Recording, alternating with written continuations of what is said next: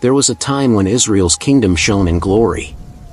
Under David and Solomon, 12 tribes shared one altar, one dream, one faith.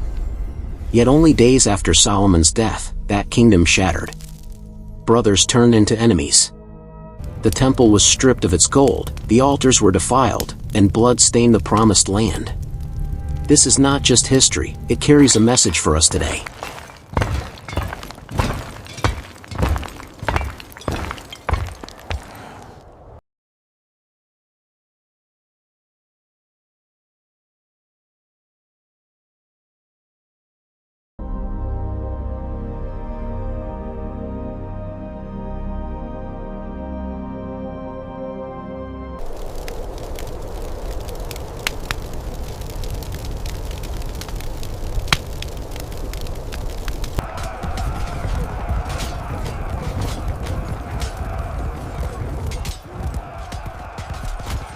Give us a king!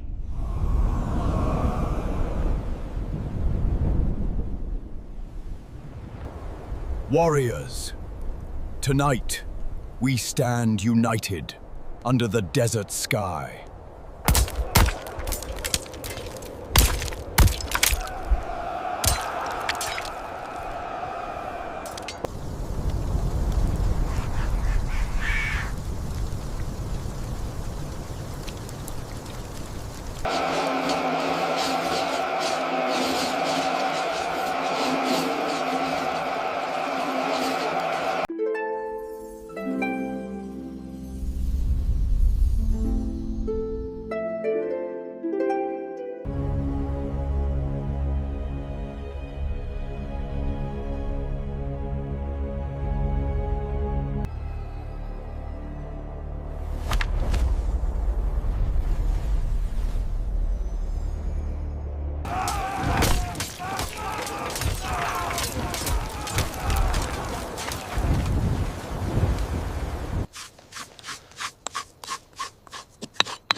Unbelievable.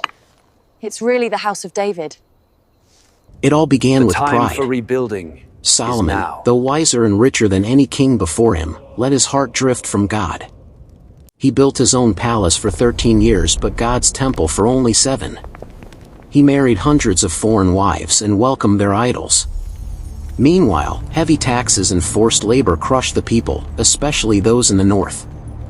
When Rehoboam, Solomon's son, took the throne, the people pleaded for mercy. But instead of humility, the young king boasted, "My father scourged you with whips, but I will scourge you with scorpions." Those words lit the fire. 10 northern tribes rose in defiance. "We have no share in David." And just like that, Israel split in two, Israel in the north, Judah in the south. From that moment, the story turned dark. Jeroboam, king of the north, set up 2 golden calves, pulling the people away from Jerusalem. Kings came and went through betrayal and bloodshed. In the north, Baal worship spread under Ahab and Jezebel. Yet in the midst of that darkness, one voice thundered, Elijah. On Mount Carmel, he faced 450 prophets of Baal. When fire fell from heaven, Elijah rebuilt the altar with 12 stones, declaring that in God's eyes, his people were still one. But Judah was not immune. Corrupt alliances and royal marriages brought idolatry right into Jerusalem. At one point, God's promise to David's dynasty seemed nearly extinguished, until a child named Joash was hidden in the temple, proof that God's covenant would not fail. Then came the prophets, carrying a greater hope. Jeremiah spoke of a new covenant, written not on stone but on human hearts. Ezekiel took 2 sticks, one for Judah, one for Israel, and joined them together. The promise rang out, a Messiah would come to unite God's people forever.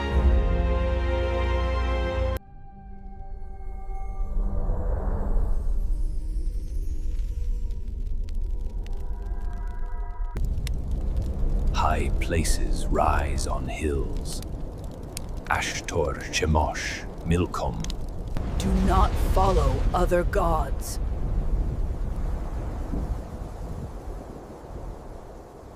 Vanity of vanities.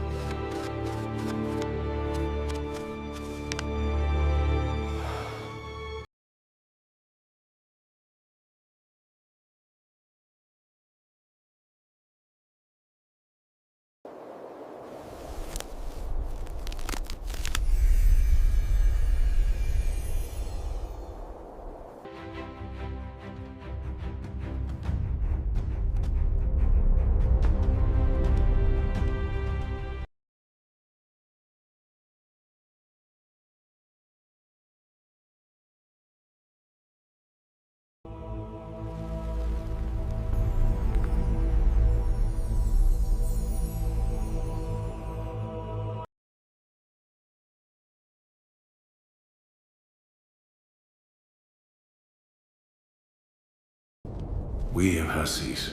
We advise mercy.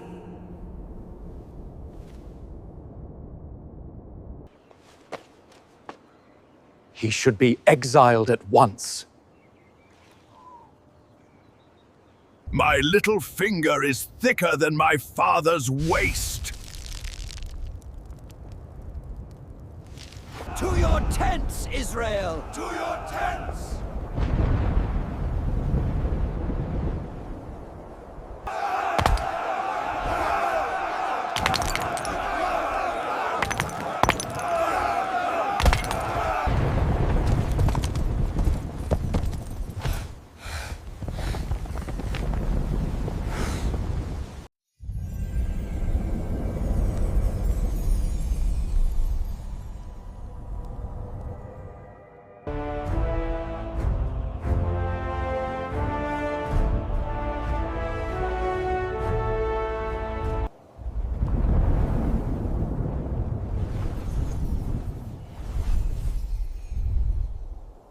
The people will certainly return to Jerusalem and kill me. The pilgrimages are a danger to us.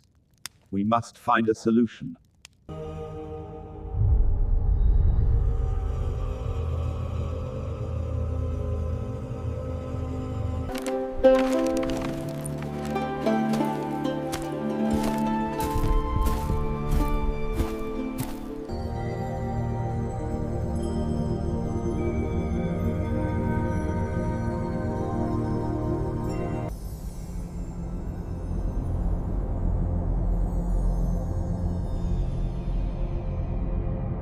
Hear the word of the Lord, for judgment descends upon this false altar.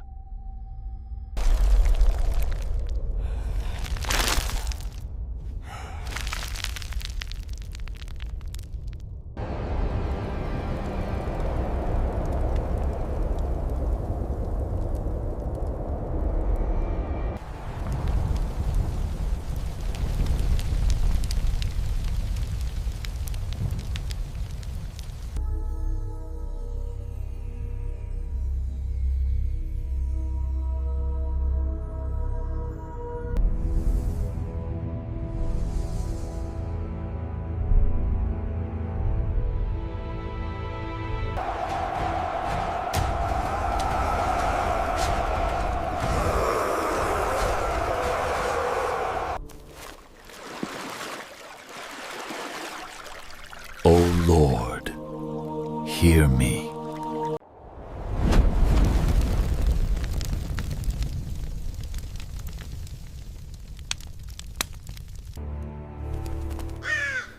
I swear vengeance upon all who defy me.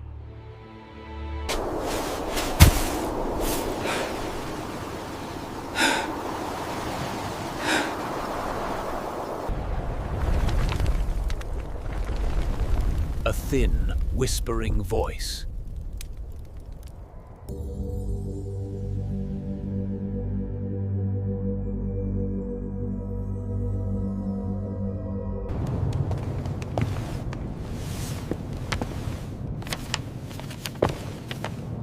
Badura.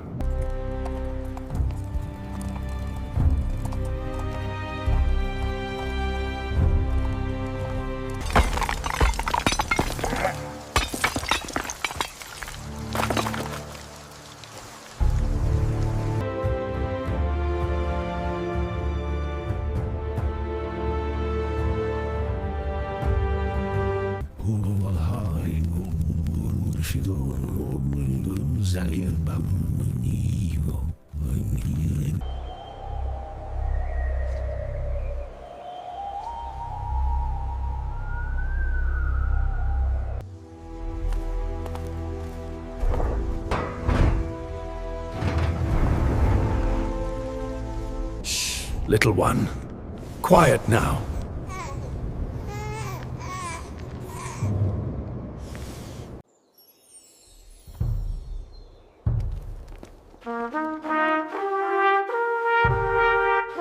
Athalia dragged from the temple precincts. Baal's altar shattered. A new covenant proclaimed.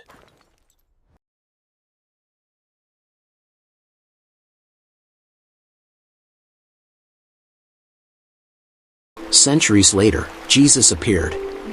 Born from David's line, yet his kingdom was unlike any other. No borders, no forced labor, no gold-covered walls, only a reign written on hearts. In his kingdom, the greatest is the one who serves, and the weakest still has a seat at the table. At Pentecost, the Spirit was poured out. Languages that once divided at Babel now drew people together. The church became a living temple, each believer a stone, each heart filled with God's presence.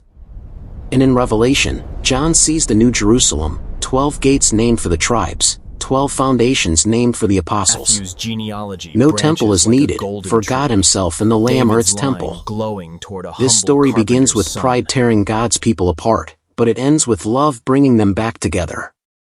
And that is not only Israel's story, it is ours. Power divides, but humility and forgiveness My kingdom build the family is of not God. of this world. It is mine by right. We shall see. Let the dice decide.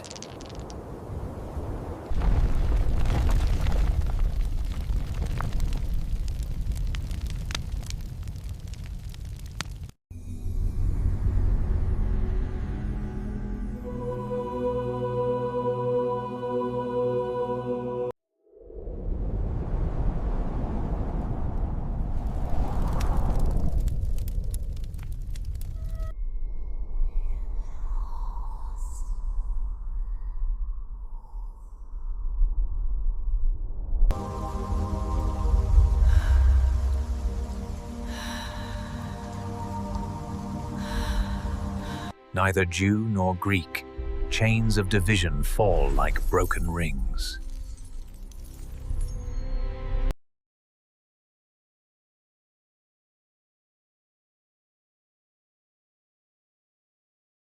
Everyone who drinks this water will be thirsty again. But whoever drinks the water I give them will never thirst.